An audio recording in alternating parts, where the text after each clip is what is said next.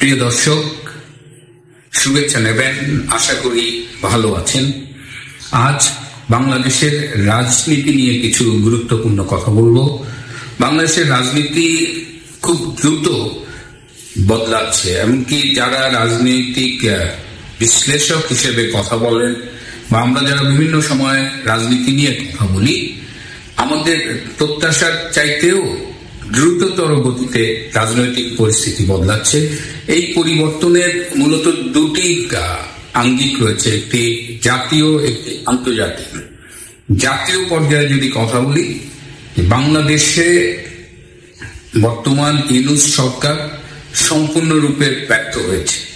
3 মাসের একটু বেশি সময় বিবেচনায় নিলে এটি নির্দ্বিধায় বলা যায়, এটি বলবার জন্য, বুঝবার জন্য রকেট বিজ্ঞানী হওয়ার প্রয়োজন নেই।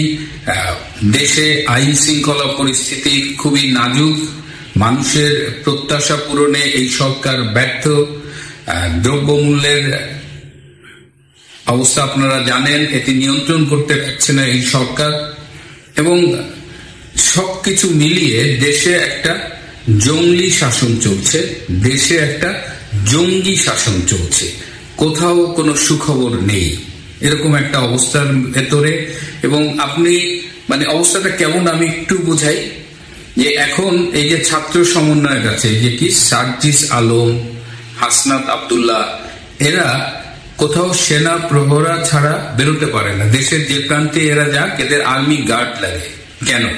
এরা তো সো-কল্ড ষড়যন্ত্রের, তথাকথিত বিপ্লবের নায়ক, মহানায়ক। তাদের তো যেখানেই যাবে মানুষ মাথায় তুলে রাখার কথা, অথচ যেখানেই যাচ্ছে তারা ধাওয়া খাচ্ছে। সমন্বয়ক শব্দটা এখন একটা গালি হয়ে গেছে, এবং তারা আর্মি বা পুলিশ প্রোটেকশন ছাড়া মুভ করতে পারে না। ইট ইন্ডিকেটস, ক্লিয়ারলি ইন্ডিকেটস যে দেশে বর্তমানে কি অবস্থা এবং তাদের অবস্থাটা কি আছে। তো এই অবস্থায় মানুষজন ফেড আপ হয়ে গেছে, ইউনূস সরকারের উপরে মানুষ fed up. So they want a change. তো দেশের অবস্থা ভালো নেই। এই 2 মাসের জন্য ম্যাজিস্ট্রেসি পাওয়ার নিয়ে আর্মি এসেছিল, সেটা 17ই নভেম্বর 2 মাস হবে, যে দেশের ভেতরে law and order situation control করবে। আই ডোন্ট থিঙ্ক আর্মি খুব সাকসেসফুলি ডু ইট। আর্মি নিজস্ব একটা ইভ্যালুয়েশন ডেফিনেটলি থাকবে, আমরা তো দেখছি কি করতে পারছে। তো আর্মির ভূমিকা নিয়ে আমি আজকে কথা বলবো না, আমি আরেকদিন কথা বলবো। তো দেশের যেটা বললাম, যে জাতীয় পরিস্থিতি, দেশের ইন্টারনাল অবস্থায় ডক্টর ইউনূসের সরকারের ব্যর্থতা, কথায় কথায় এরোর বিরুদ্ধে মামলা দেওয়া, পানোয়ার মার্ডার কেস, অসংখ্য লোককে আসামি করা, একটা হাস্যকর হয়ে গেছে। সরি। তো এই যে অবস্থায়, তো এরকম একটা সরকারকে তো মানুষ কখনোই অ্যাপ্রিসিয়েট করবে না, ওয়েলকাম করবে না বেশি দিনের জন্য। এবং তারা নিজেরাও স্বীকার করেছে টাইম অ্যান্ড এগেইন, যে তারা কিভাবে ষড়যন্ত্র করে, সুপরিকল্পিত একটা ষড়যন্ত্রের মাধ্যমে দেশবাসীকে লাভ দিয়ে, দেশবাসীর সাথে প্রতারণা করে তারা এই ক্ষমতা জোর দখল করেছে। তো এটি গেল ন্যাশনাল আসপেক্ট। ইন্টারন্যাশনাল একটা আসপেক্ট আছে, যে আপনারা জানেন যে বাংলাদেশের সাথে ইন্ডিয়ার একটা রিলেশন আছে, এবং বাংলাদেশের অনেক কিছু ইন্ডিয়ার একটা ইনফ্লুয়েন্স আছে, এটা আপনি স্বীকার করেন আর নাই করেন। তো শুরু থেকেই, ক্ষমতা গ্রহণের আগের থেকেই ডক্টর ইউনূস স্বয়ং যেভাবে ভারতের বিরুদ্ধে একটা অবস্থান নিয়ে ভারতকে চটিয়ে দিয়েছে, এবং পরবর্তীতে তার সাঙ্গপাঙ্গরা প্রায় যেভাবে ভারতকে ইরিটেট করে। ভারতের আপনি বিরোধিতা করতেই পারেন, পক্ষে থাকতে পারেন, আপনার একটা কূটনৈতিক সম্পর্ক থাকবে, একটা কূটনৈতিক শিষ্টাচার আছে, কূটনৈতিক ভাষা আছে, কিন্তু তার বাইরে গিয়ে যেভাবে ভারতকে গালাগালি করেছেন, এবং আবার যখন প্রয়োজন হয়েছে তখন ভারতের কাছে যে আপনি নত মুখে দাঁড়িয়ে আছেন, হাত কসলাচ্ছেন, ভারতের কাছে ভিক্ষার মতো করে চাইছেন। তো এই স্ববিরোধিতা কিন্তু ভারত এবং ভারতের মানুষ, আমার মনে হয় না, খুব ভালোভাবে নিয়েছে। সো ভারত আপনার প্রতিবেশী, কিন্তু সেই প্রতিবেশীকে আপনি আস্থায় না নিয়ে শত্রুতার দিকে ঠেলে দিয়েছেন।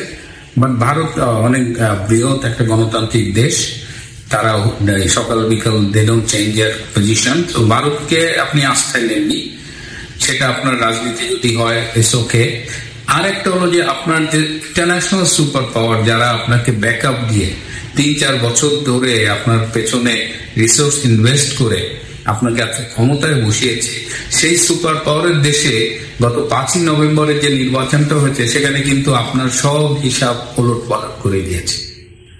আপনারা বলার চেষ্টা করেছেন, ডক্টর ইউনূসের চেলারা বলার চেষ্টা করেছে যে আমেরিকায় নির্বাচনে রাষ্ট্রপতি পরিবর্তন হলেও তাদের পলিসি পরিবর্তন হয় না। মানে কত হাস্যকর একটা কথা। পলিসি লেভেলের ডিফারেন্স দিয়ে কিন্তু ট্রাম্প জিতেছে। ট্রাম্প যুদ্ধের বিরুদ্ধে কথা বলেছে, ট্রাম্প বাংলাদেশের সংখ্যালঘু নির্যাতনের বিরুদ্ধে পর্যন্ত কথা বলেছে। তো সেই জায়গায় আপনি বললেন যে প্রেসিডেন্ট চেঞ্জ হলেও তাদের পলিসি চেঞ্জ হবে না, কিন্তু আমরা তো উল্টোটা দেখতে পাচ্ছি। এবং ট্রাম্প স্পেশালি ডক্টর ইউনূসের ব্যাপারে অ্যালার্জি, কারণ 2016 সালে যখন ট্রাম্প জিতেছিল এই ইউনূস, তখন এই হিলারি ক্লিন্টন পরাজিত হয়েছিল, হিলারি ক্লিন্টনের ফ্যামিলি ফ্রেন্ড হিসেবে তাই ট্রাম্পকে বলেছিল শয়তান, যে শয়তানের বিজয় হয়েছে। তো একটা লোককে আপনি শয়তান বলবেন, হ্যাঁ, আমেরিকার জন্য ট্রাম্পকে বিজয়ী করা একটা লজ্জার ব্যাপার বলবেন, আর সেই ট্রাম্প যখন আবার ক্ষমতায় ফিরে আসবে সে আপনার এগুলো ভুলে যাবে। অন্তত ট্রাম্পকে যারা ছেড়ে ট্রাম্প এবং ট্রাম্প শিবির কিন্তু ইউনূসের ব্যাপারে এই নির্বাচনে তারা যে ক্যাম্পেইনটা করেছে তারা কিন্তু পুরো ব্যাপারটা সময়টা ইউনূসকে নজরে রেখেছে। তো এই অবস্থায় যে আমেরিকার এই পরিবর্তনটা অবশ্যই ইউনূস রেজিমকে এফেক্ট করবে। আপনারা দেখেছেন যে ডোনাল্ড ট্রাম্পের যে এক্স হ্যান্ডেল, যেটা টুইটার ছিল, সেখানে হ্যান্ডেলে তিনি একটা জরিপ চালাচ্ছেন যে বাংলাদেশে এই মুহূর্তে প্রাইম মিনিস্টার হিসেবে কাকে চান, শেখ হাসিনা ও ইউনূস। এবং এখানে 1.5 লাখের বেশি লোক তাদের মতামত জানিয়েছেন, সেই জরিপে অংশগ্রহণ করেছেন এবং সেখানে সুস্পষ্ট ভাবে শেখ হাসিনা এগিয়ে আছেন। 70-80% মানুষই চায় শেখ হাসিনাকে প্রাইম মিনিস্টার হিসেবে, ওয়ারাজ ইউনূসকে খুব মিনিমাম লোক চায়। তো এই বিষয়গুলোতে ক্লিয়ারলি ইন্ডিকেট করে যে বাংলাদেশে রাজনীতির একটা পালাবদল খুব আসন্ন। যদি সবকিছু ঠিক থাকে 6 সপ্তাহ থেকে 12 সপ্তাহের মধ্যে বাংলাদেশ থেকে ডক্টর ইউনূসের বিদায় হবে এবং তার পরিবর্তে সম্ভবত শেখ হাসিনাই আবার ফিরে আসবেন ক্ষমতায়। এবং তিনি ফিরে আসার পরে রাজনীতিতে বেশ কিছু পরিবর্তন হবে। আপনারা ইতিমধ্যে সামাজিক যোগাযোগ মাধ্যমে একটা ছবি দেখেছেন যে বিএনপি নেতা আমির খসরু ভারতের স্বরাষ্ট্রমন্ত্রী এবং বিজেপি নেতা অমিত শাহের সামনে হাত করজোড়ে দাঁড়িয়ে আছেন এবং মাথা নিচু করে দাঁড়িয়ে আছেন। তারা গিয়েছিল বেসিক্যালি ইউনূসের পক্ষে দুতিয়ালি করতে।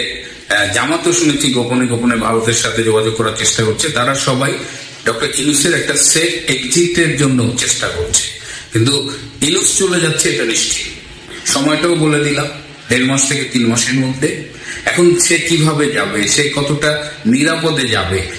ইউনূস গেলেও তার সাথে অনেকেই মার্কিন ভিসা করে রেখেছে, তারা দেশ ছেড়ে পালাতে পারবে কিনা, তারা কি অবস্থায় থাকবে। একজন ছাত্র সমন্বয়ক বলেছে যে রাজনীতিবিদরা নিজেদের মধ্যে আন্ডারস্ট্যান্ডিং করছে আর বিপ্লবীদের গলায় দড়ি এগিয়ে আসছে। এখানেও আমার একটা কথা আছে যে ফাঁসি একটা দীর্ঘ আইনি প্রক্রিয়া।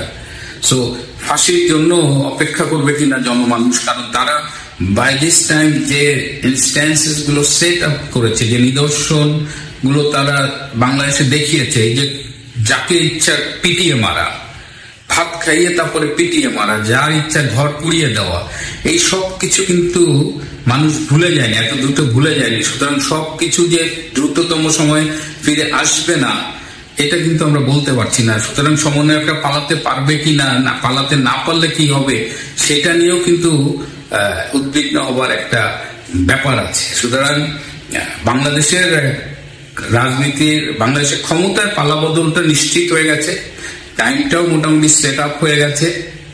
এখন কত স্মুথলি এটা হতে পারে, কেউ কেউ চেষ্টা করছে যে ডক্টর ইউনূসদের একটা সেফ প্যাসেজ, সেফ এক্সিট দেওয়া, সেটা দেওয়া হবে কিনা সেই সব নিয়ে এখন আলোচনা হচ্ছে। কিন্তু এটা নিশ্চিত যে change is coming and change has become inevitable বাংলাদেশের জন্য।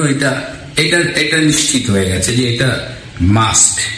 এই অবস্থায় আর কয়েকটা দিন আমরা একটু ধৈর্য ধরি এবং যারা এই 3-3.5 মাসের ক্ষমতাকে হাতে পেয়ে ধরাকে সরা জ্ঞান করেছিলেন এবং মানুষজনকে পিটিয়ে হত্যা করেছেন, লুটতরাজ করেছেন, সন্ত্রাস করেছেন, ধর্ষণ করেছেন, চাঁদাবাজি করেছেন, তারাও আমার মনে হয় যে একটু সতর্ক হয়ে যাবেন, কারণ ইট মারলে পাটকে ইট খেতে হয়।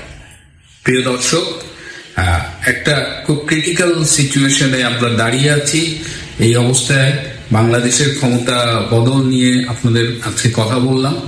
সবকিছুই আমরা যা বলি সেটা আসলে একটু অপেক্ষা করে দেখতে হয়, কারণ আলটিমেটলি সময় প্রমাণ করে যে আমাদের এই আলোচনাগুলো, আমাদের এই প্রেডিকশন গুলো কতটা সত্য বা আদৌ সত্য কিনা। আজ এ পর্যন্তই।